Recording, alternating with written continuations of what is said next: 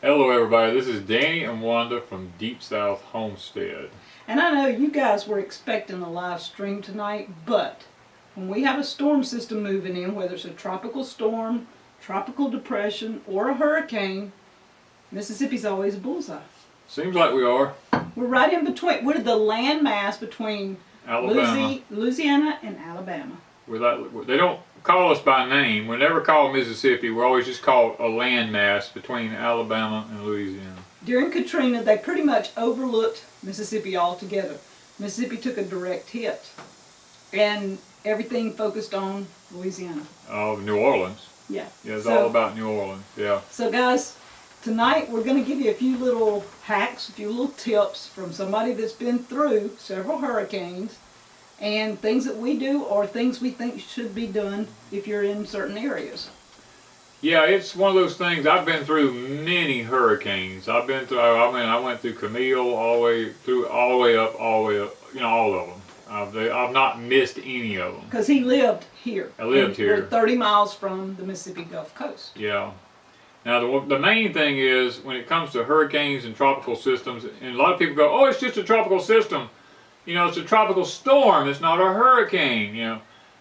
Let me tell you something. If you live in a low-lying area, it's just as dangerous as if it was a major storm, because most of these storms that come in, you have two issues with them that does the damage. One, you have spawned tornadoes, which nobody can control, and they're mainly in the north. You can't predict. You can't predict them. They're in the northeast quadrant of this thing. And the other thing is flood damage. And with a storm, when they hit the Gulf, Mississippi's dead center every time. So we either pray it goes way east or way west. Yeah. Because if it comes in and it keeps barreling forward, we always get either dead center, bad quadrant, or the we would rather see them go east of us, because usually sorry, Florida. Well, usually even if it goes to Mobile, we're on the good side, what's called the good side of the hurricane. It's the side that's usually dry. It doesn't have much wind to it. It's just that northeast quadrant is where all the bad comes in, and anything that comes in west of us from say Waveland, Mississippi, on to Lafayette, Louisiana, over in that area, we get the worst. We get the worst of it. And those of you who live in the panhandle of Florida and Alabama and all know that when one comes in here on the Mississippi Gulf Coast, y'all get the worst of it. You know? Alabama and Florida get it.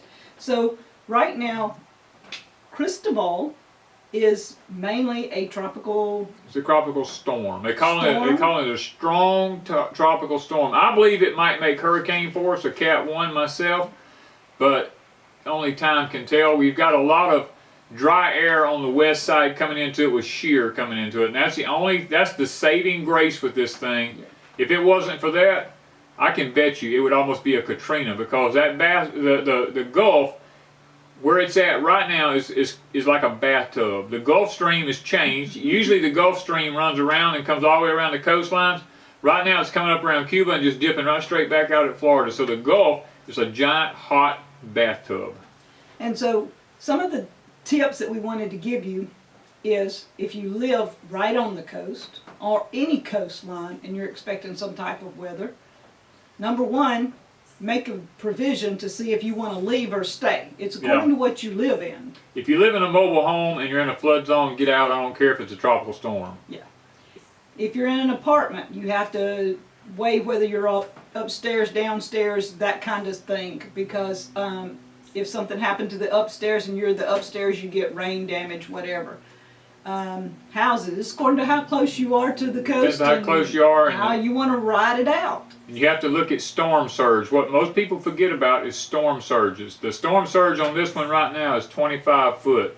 They're expecting it to go to 35 foot. Now guys, a 35-foot high wall of water will go pretty good ways inland before it actually goes back out. Katrina had a 50-something foot high wall of water, and it came up all the way to I-10 almost in a lot of spots before it went back out, and done lots of damage. So be cautious. Now, some of the things we want to talk about here is if you decide to stay and you're in a safe area and you're in a safe home, you know, you want to make sure you've got flashlight batteries. That's one thing we try to always make sure. Make sure all batteries are charged if they have to be charged. Yeah. You know, you've got to have light. And the thing about this one is predicted to come in at night. Yeah.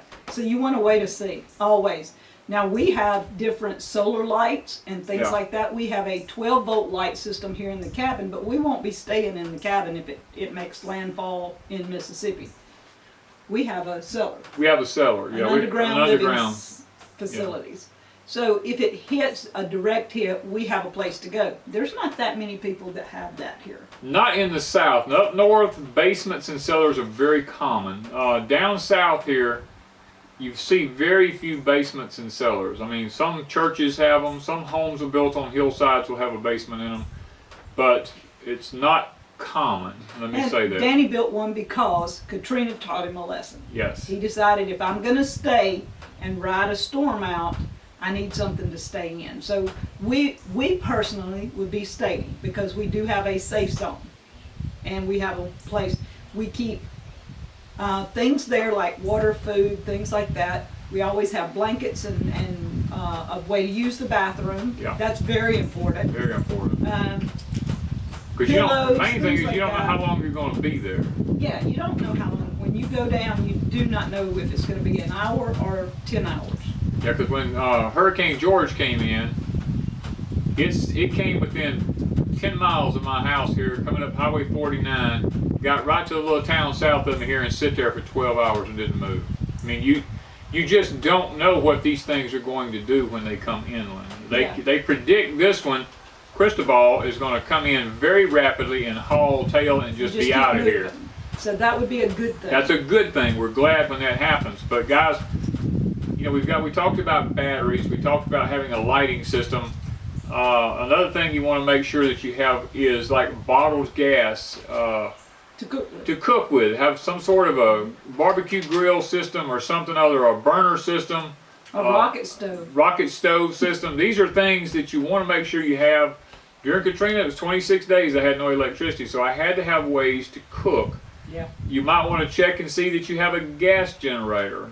I was out 10 days, and so we had to have gas to cook with. No power, that was the only way we had, and we had wood, so we could cook with wood. But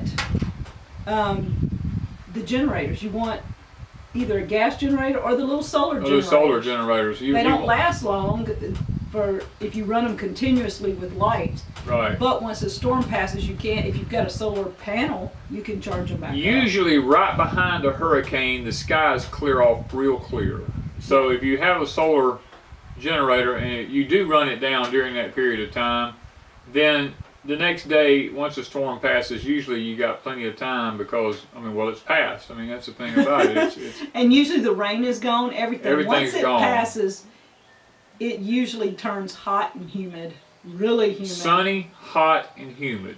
And so if you've got solar generators, that would work. Cooking, another thing with cooking. A lot of people say, I'm going to cook on gas, I'm going to cook with wood. Make sure you have pots that you can use with that, because if you have these fancy cook pots in your kitchen and you have a really fancy stuff, you're not going to want to smutty it up on a grill or a open fire.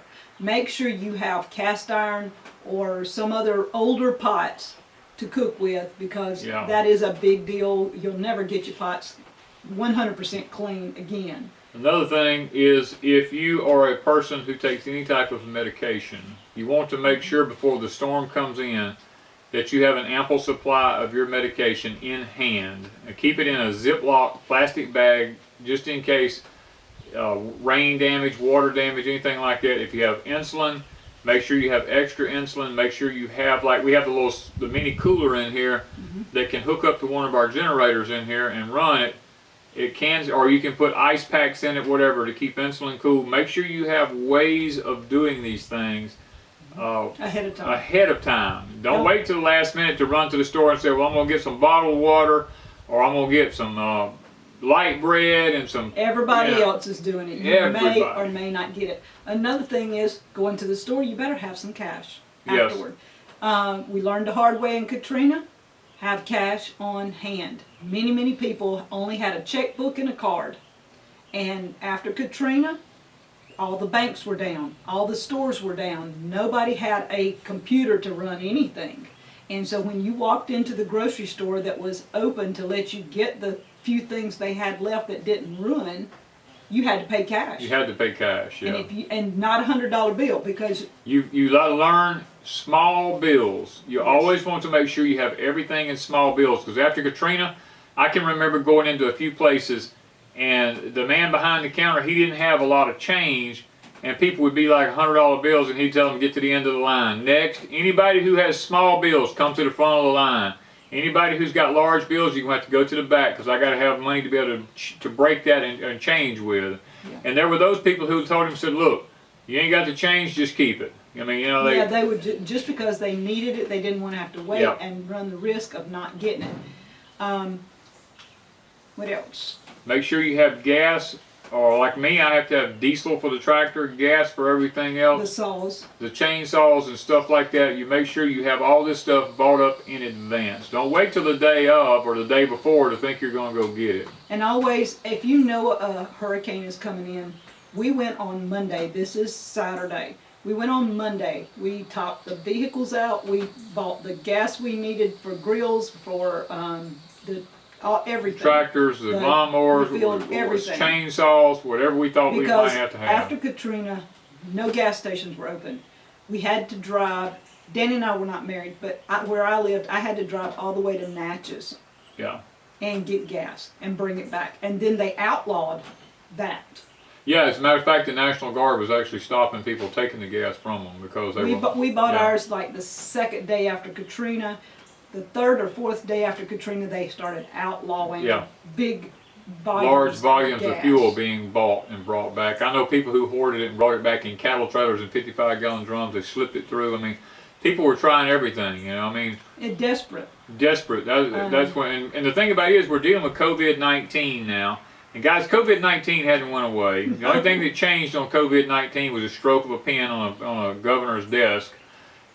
People are still catching it. We know several people who are just lately come down with it already. And so you still have to be careful. Social distancing is still just as important. All these things are still as important as they were before the pandemic actually began. So keep in mind, we now face not being in close quarters, like opening up these shelters and stuff like that. You're going to be exposed. You're going to be exposed. You have to be careful. Make sure you carry hand sanitizers. Make sure you carry your own paper towels, your own napkins, your own Kleenexes, toilet paper. I mean, make sure you take all your own masks, everything, your rubber gloves, if you have to go to one of these places, because COVID-19 did not go away just because they opened the state up. Yes. So you still got to be careful with any shelter that you go to, whether it's your own personal church, a school building that they open up the gymnasium, any of these storm shelters. Please be careful. And guys, one thing, Wanda and I, we've done a walk through our property here. And we showed you a couple of the things in the past few days, of the gardens, of the fruit trees. We did that on purpose. We know beyond any shadow of a doubt that if we take a direct hit from this thing, even if it's just a tropical storm, even if we're on the bad side, and when we're on the bad side of it, all of our corn will be blowed down. This year we had planted Danny corn because we were getting low on anything to make grits or cornmeal out of, and if it comes through and it blows it all down, then Wanda and I are just out for another year. I mean, that's the bottom line to it. We have fruit trees with fruit hanging all over them. You saw how much fruit we had. You know, if we get 50 and 60 mile an hour winds in here, even with a tropical system, it's going to blow all that off of there. And the thing about it is, the pears are getting very heavy. The pears are getting heavy, but if the ground gets saturated, even these bigger trees, the oak trees and stuff like that, if the ground is saturated enough and the wind gets to blowing at 60 mile an hour and it's sustained at that, those trees will just topple down. You know, we've got fencing, we got cattle. Our tomatoes are all standing up 6 feet tall, loaded with big tomatoes. It'll just topple all that stuff over. You know, I mean, we'll lose. Plus the greenhouse. Plus, we have our greenhouse here. We have no way to actually stop all the wind from coming through our greenhouse. So we are on with the greenhouse, it's kind of like a big, huge experiment right now Yeah. with a hurricane coming in. This will tell the tale. Can we do it or no? That's right. I mean, we have no way of Doing anything. if we other close than- it up completely, then the heat here is so great that anything that's in it within 24 hours would kill it. Yeah, So we have to leave it open. yeah, and the storm, you will have at least a 12 to 24-hour period that we would have to keep it closed because Yeah. of wind damage. And if we took all of it off, if we took the plastic and everything off, that is a huge undertaking. Plus, we got to fold it up. Then afterward we have to figure out how to put it right on. back on, and then you got the fact that all your plants are in the greenhouse. The wind is going to whip them so bad But it's going to damage. it's going to damage them anyway. So we are it's, just taking a chance. we're just going to have to take a chance. Now we're trying to actively decide: do we roll the sides down on it, or do we leave them up? Because if we roll them down, there's a possibility that the wind won't get to everything. But if we leave them rolled up, there's a big possibility the wind's going to go through that greenhouse. It's just still going to tear up everything. And Create a huge umbrella. yeah, just create a big, balloon like or a whatever, yeah. and pick the top up. So, it is what it is. We have to just walk on faith and say, Yeah, wherever this storm goes, everybody be safe, everybody be careful, and just, if you're gonna ride it out, we're praying for you. Yeah, I mean, we we- don't think this one is as bad as we've been through worse. Oh, I've been Believe through a me. lot worse. Katrina was Yeah. like the worst of the worst. Yeah. And so it's nothing like that. It has nothing to do with it. It could be simply a tropical storm. But we knew, it being Saturday night, we usually do a live stream. Mhm. There was no way we could keep our stream going because we have trouble on a good night. You know, good nights it don't work. Yeah. And so we thought we would do this. A little bit of some tips from us on what we do. We make sure we have food, water, and we hunker down. And we hunker down. We make sure about. We went through. I tied up all my plants. Drove sticks down beside them, tied them up. We done the best we can do. And guys, that's all you can do. My Is the sunflowers. best you can do. My sunflowers. I know you're The in the Sunflower Sunflower Showdown. I know. Y'all, I have to mention this. I've got t-shirts, and I'm going to put the link in the description below. It's a sunflower with hashtag Sunflower Showdown in it, and we have Show Me Yours, because that's what we're doing. We're showing the sunflowers. And if you're interested in them, you want to send me pictures of your stuff, or you want to put them in the Facebook group on Deep South Gathering Place, whichever way, on Facebook or emails, we'll take them, because we're going to do some type of collage at the end of this in about mid-June, July, Probably. I Yeah. think, and show our subscribers sunflowers. But the t-shirts are awesome. I got 2 ordered. Yeah, I we may went order ahead. another one. I know. We went ahead and just got ours. I ordered a red and a blue one, and I'm kind of curious about the yellow one because I'm really liking that yellow. Mm-hmm. It turned out pretty cool, so I don't know. We'll see. But guys, we just wanted to do a quick something. Yeah, I wanted to let y'all know, pray for us. We covet your prayers that we don't lose everything. We know we probably will lose some things. But if it goes Louisiana on over to Texas, if it moves more toward Texas, we are usually safe. We still will get the rain. So, They're predicting up to 10 inches of rain. If it stays in Louisiana, we are getting the brunt of that because we're Yeah. that close to the coast.